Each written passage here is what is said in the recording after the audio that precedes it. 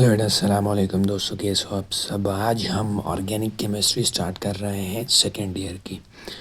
और आज मैं आपको अल्केन के बारे में बताऊंगा।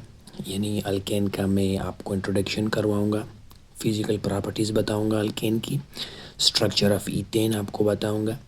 और साथ साथ मैं आपको कुछ इम्पोर्टेंट शॉर्ट क्वेश्चंस के बारे में बताऊंगा जो आपके पेपर में आ सकते हैं। और साथ साथ एमडीकेट के लिए मैं आपको एमसीक्यूज़ पॉइंट्स दूंगा जिसके ज़रिए आप एमसीक्यूज़ हल कर सकेंगे। यानी अल्केन्स के टॉपिक से अगर कोई एमसीक्यू आएगा तो आप उसको इजीली हल कर पाओगे। ठीक है, तो अल्केन को स्टार्ट करने से पहले मैं थोड़ा सा आपको ऑर्गेनिक केमिस्ट्री के बारे में बताता हूँ। ठीक है, organic chemistry deals hydrocarbon and their derivatives.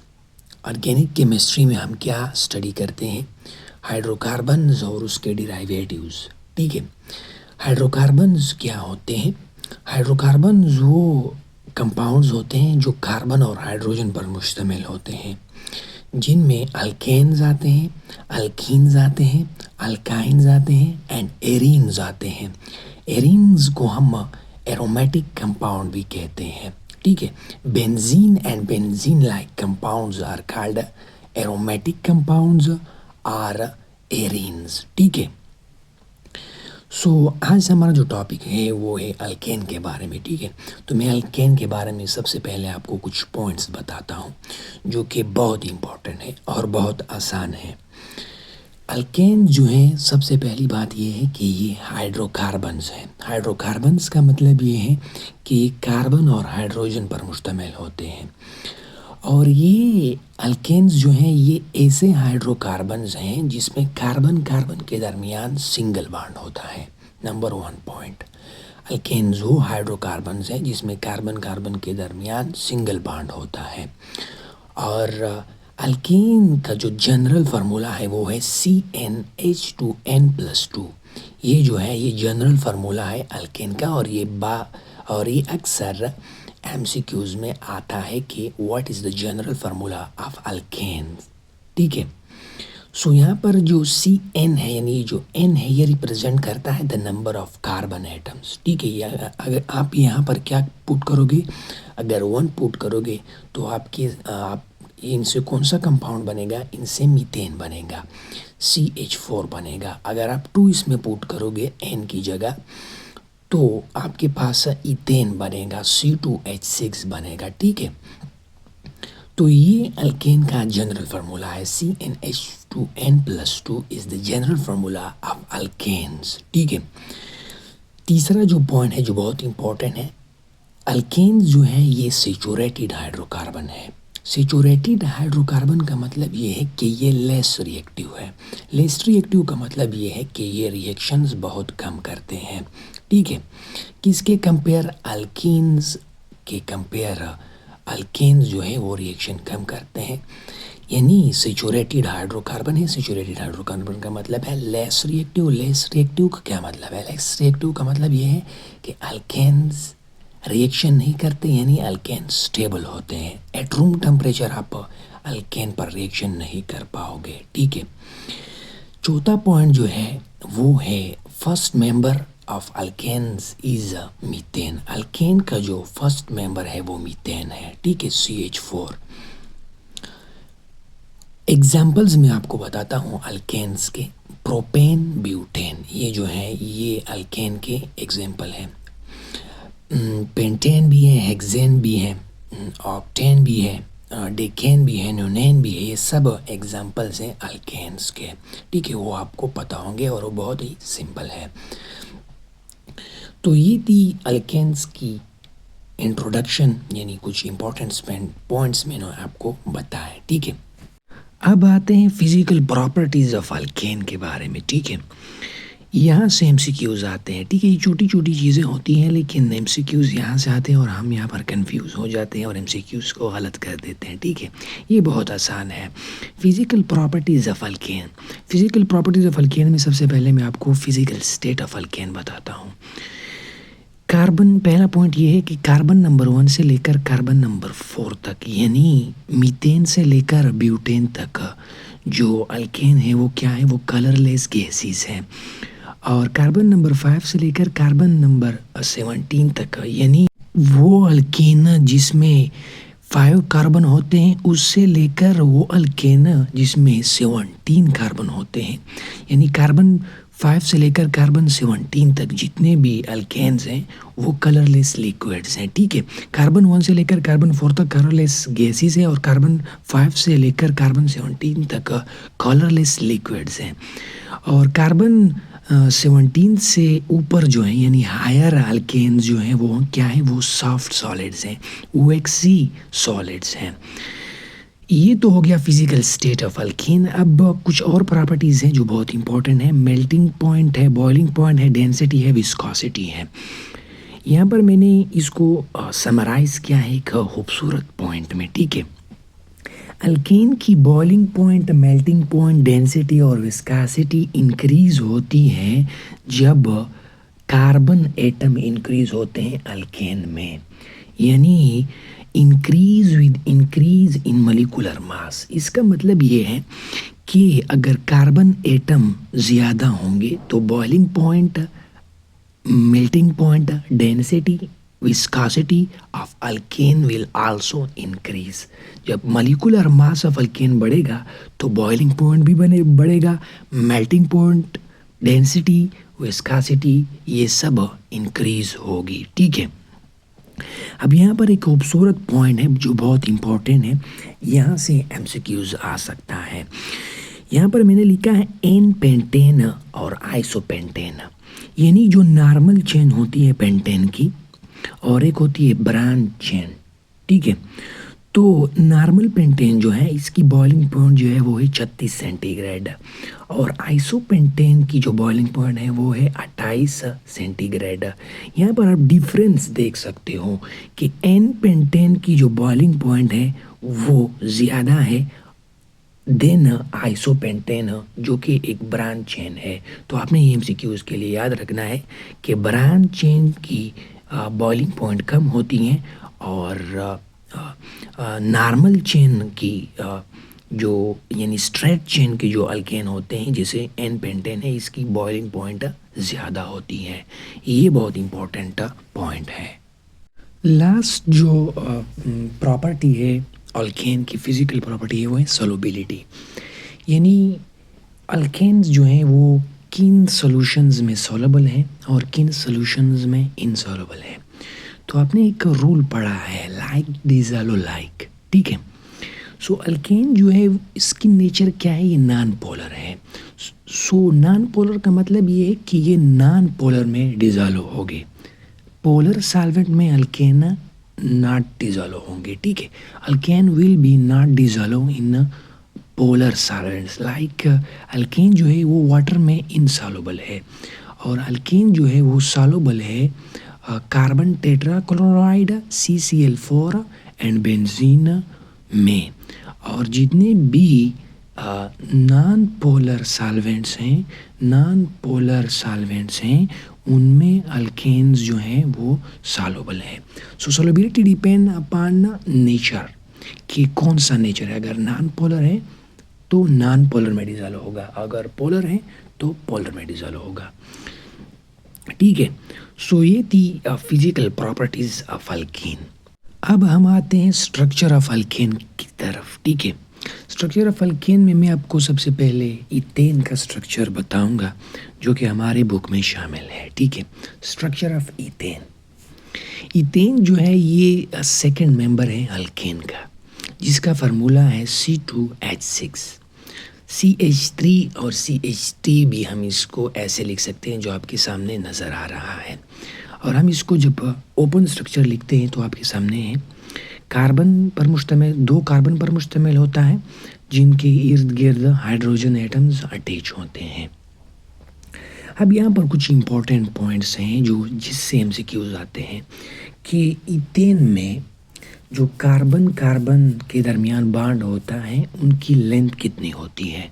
सो उसकी लेंथ जो है वो है 154 पिकोमीटर, 154 पिकोमीटर लेंथ होती है कार्बन कार्बन के दरमियान जो बॉन्ड होता है, ठीक है। और ये बॉन्ड जो होता है वो सिंगल बॉन्ड होता है और सिग्मा बॉन्ड होता है। कार्बन और हाइड्रोजन के दरमियान भी सिग्मा बॉन्ड होता है और सिंगल बॉन्ड होता है, ठीक है, सिंगल कोवेलेंट बॉन्ड होता है और उसका जो लेंथ होता है वो है 109.5 पिकोमीटर। उसके बाद angle between carbon carbon and hydrogen, ठीक है, इसके दरमियान जो एंगल होता है वो होता है 109.5 डिग्री, ठीक है। उसके बाद क्या पॉइंट है, all bonds are sigma bonds. जितने भी बॉन्ड्स होते हैं इथेन में, अल्केन में, वो क्या होते हैं, वो सिग्मा बॉन्ड्स होते हैं। अब ये जो पॉइंट मैं आपको बता रहा हूँ ये बहुत इंपॉर्टेंट है। अल्केन में यानी इथेन में जो कार्बन होता है, दो कार्बन्स होते हैं इथेन में, ये sp3 हाइब्रिडाइज है, यानी इसमें sp3 हाइब्रिडाइजेशन होती है। और जब भी sp3 हाइब्रिडाइजेशन की बात आती है तो उस मॉलिक्यूल का, उस अल्केन का स्ट्रक्चर क्या होगा, टेट्राहेड्रल ज्योमेट्री होगी, ठीक है। ये पॉइंट आपने याद रखना है, ये इनसे एमसीक्यूज आता है कि अल्केन में जो कार्बन होता है वो इसमें कौन सी हाइब्रिडाइजेशन होती है, sp3 हाइब्रिडाइजेशन होती है, ठीक है। और sp3 हाइब्रिडाइजेशन जब होती है तो ज्योमेट्रिकल शेप जो होता है वो टेट्राहेड्रल होता है, ठीक है। ये पॉइंट एमसीक्यूज के लिए आपने नोट करना है, वेरी वेरी इंपॉर्टेंट। अब यहाँ पर मैंने आपको स्ट्रक्चर बताया है, मैंने आपको ये जो हाइब्रिडाइजेशन कैसी होती है ये मैंने आपको यहाँ पर लिखा हुआ है, ठीक है। कार्बन के पास दो कार्बन्स होते हैं इथेन में जो कि sp3 हाइब्रिडाइज हैं और हर एक कार्बन के पास 4 sp3 हाइब्रिडाइज ऑर्बिटल्स होते हैं और ये 4 में से 3 sp3 हाइब्रिड ऑर्बिटल जो है वो हाइड्रोजन के s ऑर्बिटल के साथ सिग्मा बॉन्ड्स बनाते हैं, ठीक है। और एक sp3 of carbon of each carbon जो है वो कार्बन कार्बन के दरमियान जो बॉन्ड होता है वो बना देते हैं, ठीक है। So total 4 sp3 hybridise orbital है ईच कार्बन के साथ और ये इसमें से 3 हाइड्रोजन के साथ मिल जाते हैं, ठीक है, और सिग्मा बॉन्ड्स बना देते हैं। और एक जो होता है वो कार्बन कार्बन के दरमियान जो बॉन्ड बनती है वो वहाँ पर यूज़ होती है और ये आपके सामने नज़र आ रहा होगा ये स्ट्रक्चर, ठीक है। आल सिग्मा बॉन्ड्स हैं और कार्बन जो है वो है sp3 और टेट्राहेड्रल ज्योमेट्री है इथेन की। सो ये थी स्ट्रक्चर ऑफ इथेन। यहाँ से जो भी एमसीक्यूज आएगा आप इजीली हल कर पाओगे। अब हम आते हैं एक एसोलो क्वेश्चन की तरफ जो कि पेपर में आ सकता है, जो बहुत इंपॉर्टेंट है और बहुत ही आसान है। आपको कहा जा सकता है कि अल्केन्स को पैराफिन्स क्यों बोलते हैं, रीजंस पेश करिए, ठीक है। सो ये टॉपिक जो है ये stability and reactivity of alkane के नाम से हम पढ़ते हैं। Alkanes are also called paraffins which means less reactive. Alkane जो है इसको हम पैराफिन्स भी कहते हैं। पैराफिन्स का मतलब ये है कि ये लेस रिएक्टिव है, यानी ये रिएक्शन कम करते हैं। रिएक्शन कम करने का मुराद ये है कि ये स्टेबल होते हैं, यानी अल्केन स्टेबिलिटी शो करते हैं, ठीक है। रूम टेम्परेचर पर अल्केन्स इजीली रिएक्शन नहीं करते। सो क्यों अल्केन को पैराफिन कहा गया है, ये एक एसोलो क्वेश्चन है और यहाँ पर मैंने 2 रीजंस बताए हैं। नंबर 1 रीज़न ये है कि ये सैचुरेटेड कैरेक्टर है और नंबर 2 है ये नॉन पोलर नेचर रखता है अल्केन्स, ठीक है। सैचुरेटेड कैरेक्टर का मतलब ये है कि इसमें जो बॉन्ड्स होते हैं वो आल सिग्मा बॉन्ड्स होते हैं, उसमें पाई बॉन्ड्स नहीं होते हैं। और आपको पता है कि सिग्मा बॉन्ड में जो एक्सटेंट ऑफ ओवरलैपिंग होती है वो ज़्यादा होती है, यानी सिग्मा बॉन्ड जो है वो स्ट्रांग होता है, उसको टूटना आसान नहीं होता, ठीक है। That's why alkane are have saturated character and they are also called paraffin which means less reactive. Non polar nature का मतलब क्या है? नॉन पोलर नेचर का मतलब ये है कि इसमें पोल्स नहीं होते, पॉजिटिव नेगेटिव पोल्स नहीं होते, जिसकी वजह से वो रिएक्शंस कम करते हैं। ठीक है, सो ये थी रीजंस कि अल्केन जो है वो क्यों लेस रिएक्टिव है। और ये आपका अगर क्वेश्चन आ जाए एसोलो पेपर में एग्ज़ाम में तो आप इजीली आप इसको हल कर पाओगे। अब आते हैं रिएक्शंस ऑफ अल्केन्स की तरफ। इस लेक्चर का जो सबसे इम्पोर्टेंट टॉपिक है वो है रिएक्शंस ऑफ अल्केन, और ये बहुत ही आसान है, बहुत ही आसान है। ठीक है, यानी अल्केन जो है वो कौन कौन से रिएक्शन करता है। रिएक्शन ऑफ अल्केन से आप केमिकल प्रॉपर्टीज ऑफ अल्केन भी मुराद ले सकते हैं। ठीक है, बाज़ बुक में लिखा जाता है केमिकल प्रॉपर्टीज ऑफ अल्केन्स। ठीक है, लेकिन यहाँ पर लिखा है रिएक्शंस ऑफ अल्केन, सो इसकी मीनिंग सेम होती है, रिएक्शंस ऑफ अल्केन या what chemical properties of alkanes.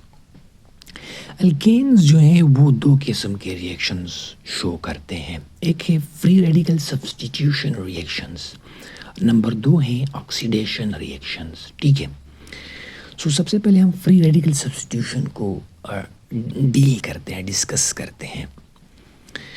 और इससे पहले मैं आपको सब्स्टिट्यूशन रिएक्शन के बारे में थोड़ा सा बताता हूँ कि सब्स्टिट्यूशन रिएक्शंस क्या होते हैं। What are substitution reactions? Substitution reactions वो रिएक्शंस होते हैं जिनमें हम एक एटम को ऐड करते हैं और दूसरे को रिमूव करते हैं, यानी एक आ जाता है और दूसरा चला जाता है। ठीक है, अब मैंने आपको पहले बताया इससे पहले कि अल्केन्स को हम पैराफिन्स कहते हैं। पैराफिन्स का मतलब ये है कि ये लेस रिएक्टिव है, रिएक्शंस नहीं करते। अब अल्केन जो है वो फ्री रेडिकल सब्स्टिट्यूशन रिएक्शंस करते हैं। सब्स्टिट्यूशन रिएक्शंस में भी फ्री रेडिकल सब्स्टिट्यूशन रिएक्शंस करते हैं अल्केन्स। फ्री रेडिकल जो है ये बहुत ही अनस्टेबल होता है और इसको होमोलाइटिक फिशंस के जरिए हम बनाते हैं। फ्री रेडिकल एक अनस्टेबल केमिकल स्पीशी है और इसको हम होमोलाइटिक फिजन के ज़रिए बनाते हैं। अब फ्री रेडिकल सब्स्टिट्यूशन रिएक्शंस क्या होते हैं? वो रिएक्शन जिसको इनिशिएट किया जाता है, स्टार्ट किया जाता है फ्री रेडिकल के ज़रिए, उस रिएक्शंस को फ्री रेडिकल सब्स्टिट्यूशन रिएक्शंस कहते हैं। दो substitution reactions which are initiated by free radical are called free radical substitution reactions. वो रिएक्शन जिनको इनिशिएट किया जाता है बाय फ्री रेडिकल, वो substitution reactions free radical substitution reactions कहलाते हैं। आई होप आपको अब फ्री रेडिकल सब्स्टिट्यूशन रिएक्शन का पता लग गया होगा। फ्री रेडिकल के ज़रिए हम फ्री रेडिकल को हम ऐड कर देते हैं और एक एटम को रिमूव कर देते हैं। ठीक है, और फ्री रेडिकल का जिक्र यहाँ पर क्यों होता है? मैंने आपको बताया था कि ये अल्केन जो है वो रिएक्शन नहीं करते, लेकिन फ्री रेडिकल के ज़रिए हम इसको करा सकते हैं क्योंकि फ्री रेडिकल बहुत ही अनस्टेबल होता है। अब यहाँ पर मैंने लिखा है chlorination of methane. Chlorination of methane, इसकी मैं आपको मैकेनिज्म भी बताऊंगा, लेकिन मैं आपको सबसे पहले एमसीक्यू के लिए मैं आपको पॉइंट्स देता हूँ। ये क्लोरीनेशन ऑफ मीथेन जो है ये फ्री रेडिकल सब्स्टिट्यूशन रिएक्शन है। मीथेन जो है वो एक अल्केन है, इसको इस पर हम ऐड कर देते हैं क्लोरीन गैस। सबसे पहले क्लोरीन गैस को हम ऐड करते हैं अल्ट्रावायलेट रेज की मौजूदगी में। अल्ट्रावायलेट रेज जो हैं ये फ्री रेडिकल्स बना देते हैं। क्लोरीन के दरमियान सिंगल बॉन्ड है और इसमें होमोलाइटिक फ्यूजन हो जाती हैं और क्लोरीन फ्री रेडिकल्स बनते हैं और ये क्लोरीन फ्री रेडिकल्स मीथेन पर अटैक करते हैं और मीथेन से एक हाइड्रोजन रिमूव करते हैं और वो क्लोरीन जो है वो फ्री रेडिकल हैं जो है वो ऐड हो जाता है उस मीथेन में और उसके रिजल्ट में CH3Cl बन जाता है और प्लस HCl बन जाता है। ठीक है, इसका मैं आपको मैकेनिज्म बताऊंगा कि ये कैसे CH3 कि CH3Cl बना और HCl बना। अब CH3Cl जो है, इस पर जब हम दोबारा क्लोरीन ऐड करते हैं, क्लोरीन गैस ऐड करते हैं, तो CH2Cl2 प्लस HCl बन जाता है। फिर दोबारा जब हम CH2Cl2 पर हम दोबारा क्लोरीन गैस ऐड करते हैं, तो फिर CHCl3 प्लस HCl बन जाता है। दोबारा जब हम CH3Cl3 पर जब हम क्लोरीन गैस ऐड करते हैं, तो CCl4 प्लस HCl बन जाता है। अब MCQ के लिए मैं यहाँ पर आपको पॉइंट्स बताने जा रहा हूँ। अब सिंपल MCQs आते हैं, जैसे कि आपको कहा जाता है कि CH3Cl क्या है, ये क्लोरोमीथेन है। CH2Cl2 डाइक्लोरोमीथेन है। CHCl3 जो है ये ट्राइक्लोरोमीथेन है, जिसको हम क्लोरोफॉर्म भी कहते हैं। CHCl3 ट्राइक्लोरोमीथेन है, जिसको हम क्लोरोफॉर्म भी कहते हैं। अब आपको CHCl3 आपको दिया गया होगा कि इसको हम क्या नाम देते हैं, तो आपको ये क्लोरोफॉर्म, ये MCQs बार बार आता है, ठीक है, ये बहुत इंपॉर्टेंट है, इसको याद रखना है। CCl4 जो है ये टेट्राक्लोरोमीथेन है, ठीक है, और इसको हम एज ए सॉल्वेंट यूज़ करते हैं, ठीक है। सो ये थी क्लोरीनेशन ऑफ मीथेन। अब मैं इसकी मैकेनिज्म बताने जा रहा हूँ, जो बहुत ही इम्पोर्टेंट है और बहुत ही आसान है। अब हम आते हैं mechanism of chlorination of methane, यानी फ्री रेडिकल सब्स्टिट्यूशन रिएक्शन का मैकेनिज्म। क्लोरीनेशन ऑफ मीथेन जो है ये 3 स्टेप्स में होता है। सबसे पहला स्टेप जो होता है उसको हम कहते हैं चेन इनिशिएशन स्टेप। दूसरा जो स्टेप होता है उसको हम चेन प्रोपेगेशन स्टेप का नाम देते हैं। तीसरा जो स्टेप होता है जिसको हम चेन टर्मिनेशन स्टेप का नाम देते हैं। तो 1 बाय 1 डिस्कस करते हैं, बहुत ही आसान है ये। Initiation step. इनिशिएशन स्टेप में हम क्या करते हैं कि सबसे पहले हम फ्री रेडिकल को बनाते हैं। क्लोरीन गैस है, क्लोरीन गैस के दरमियान Cl और Cl के दरमियान सिंगल बॉन्ड है, और इस सिंगल बॉन्ड को हम होमोलाइटिकली ब्रेक कर देते हैं अल्ट्रावायलेट लाइट के ज़रिए, और फिर क्या बन जाते हैं, फ्री रेडिकल्स बन जाते हैं, क्लोरीन फ्री रेडिकल्स बन जाते हैं। और इसी स्टेप को हम इनिशिएशन स्टेप कहते हैं। फ्री रेडिकल की फॉर्मेशन, क्लोरीन फ्री रेडिकल की formation is called initiation step. दूसरा जो स्टेप है वो है प्रोपेगेशन स्टेप। ये जो क्लोरीन फ्री रेडिकल आपने बना दिया, ये बहुत अनस्टेबल होता है और ये अटैक कर देता है मीथेन पर, अल्केन पर अटैक कर देता है, और अल्केन से एक हाइड्रोजन को क्या करता है, वो रिमूव कर देता है और HCl बना देता है। HCl बना देता है और उस अल्केन से मिथाइल फ्री रेडिकल बन जाता है, ठीक है।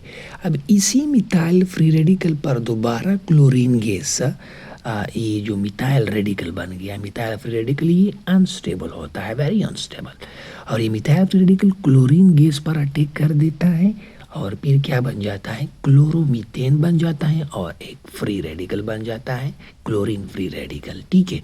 और ये रिएक्शन प्रोपेगेशन स्टेप जो है वो रिपीट अगेन एंड अगेन, ये तब तक रिपीट होता है जब तक 2 फ्री रेडिकल आपस में रिएक्शन नहीं करते और एक स्टेबल प्रोडक्ट नहीं बनाते, ठीक है। Propagation step repeat again and again जब तक 2 फ्री रेडिकल्स आपस में रिएक्शन नहीं करते और एक स्टेबल प्रोडक्ट नहीं बनाते, ठीक है।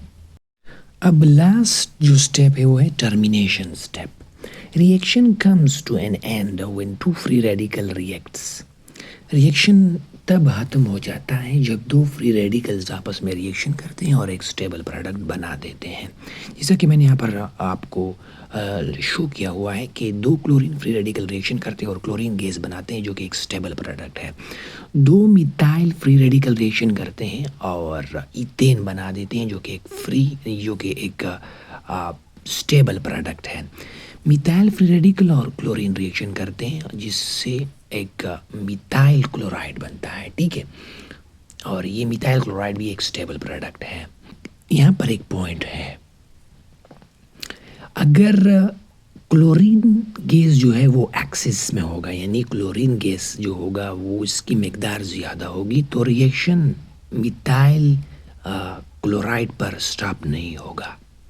देन क्या बनेंगे, जो मैंने आपको पहले बताया था, CH2Cl2 डाइक्लोरोमीथेन बनेगा, और फिर डाइक्लोरोमीथेन से ट्राइक्लोरोमीथेन बनेगा, जिसको हम क्लोरोफार्म भी कहते हैं, और क्लोरोफार्म से फिर टेट्रा क्लोरोमीथेन बनेगा। ठीक है, ये पॉइंट भी आपने याद रखना है। सो ये थी free radical substitution reaction of methane और अल्केन की कहानी जो मैंने आपको बताई, और ये बहुत ही इम्पोर्टेंट है, इसको सीखना लाजमी है। अब मैं जो आपको पॉइंट्स बताने जा रहा हूँ ये बहुत इम्पोर्टेंट है। Order of reactivity of halogens, यानी मीथेन के साथ कौन रिएक्शन सबसे ज़्यादा तेज करेगा। इसमें आंसर है, इसका आंसर है फ्लोरीन गैस, उसके बाद क्लोरीन गैस, फिर क्लोरीन के बाद ब्रोमीन गैस, ब्रोमीन के बाद आयोडीन। ठीक है, ये है order of reactivity of halogens. लेकिन यहाँ पर फिर पॉइंट्स हैं जिनसे एमसीक्यूज आ सकता है। फ्लोरीन गैस जो है ये एक्सप्लोसिव है, ये धमाका कर सकता है, यानी जब आप फ्री रेडिकल रिएक्शन करोगे फ्लोरीन के ज़रिए तो ये एक्सप्लोसिव हो सकता है। क्लोरीन जो है, क्लोरीन Cl2 जो है, ये मोर सूटेबल है। फ्री रेडिकल सब्स्टिट्यूशन रिएक्शन जब हम करते हैं तो क्लोरीन गैस के ज़रिए हम करते हैं, मोर सूटेबल। अब आपसे एमसीक्यूज आ सकते हैं कि the more suitable halogens which is used in free radical substitution reaction is called what? तो आप फ्लोरीन लगाओगे, क्लोरीन लगाओगे, ब्रोमीन लगाओगे, आयोडीन लगाओगे, तो इसका आंसर है क्लोरीन, मोर सूटेबल। ब्रोमीन जो है ये लेस विग्रेसली करता है, यानी ये बहुत ही मतलब इसकी रिएक्शन स्लो होती है, तो हम इसको यूज़ नहीं करते हैं। और आयोडीन की तो बहुत स्लो होती है, तो मोर सूटेबल जो है वो है Cl2 क्लोरीन गैस। ये एमसीक्यूज के लिए बहुत ही इम्पोर्टेंट है। अब अल्केन, मैंने आपको बताया था कि अल्केन जो है वो दो रिएक्शन करते हैं, कि फ्री रेडिकल सब्स्टिट्यूशन रिएक्शन और एक है oxidation of alkane. Oxidation of alkane हमारा लास्ट टॉपिक है इस लेक्चर का, अल्केन का। ऑक्सीडेशन ऑफ अल्केन बहुत आसान है। ऑक्सीडेशन ऑफ अल्केन को हम बर्निंग ऑफ अल्केन्स भी कहते हैं, यानी अल्केन्स को जलाना, या हम इसको addition of O2 to alkanes, alkanes पर O2 को ऐड करना, ऑक्सीजन को ऐड करना अल्केन पर, इस कॉल्ड ऑक्सीडेशन ऑफ अल्केन्स। जिसे यहाँ पर मैंने रिएक्शंस लिखे हैं।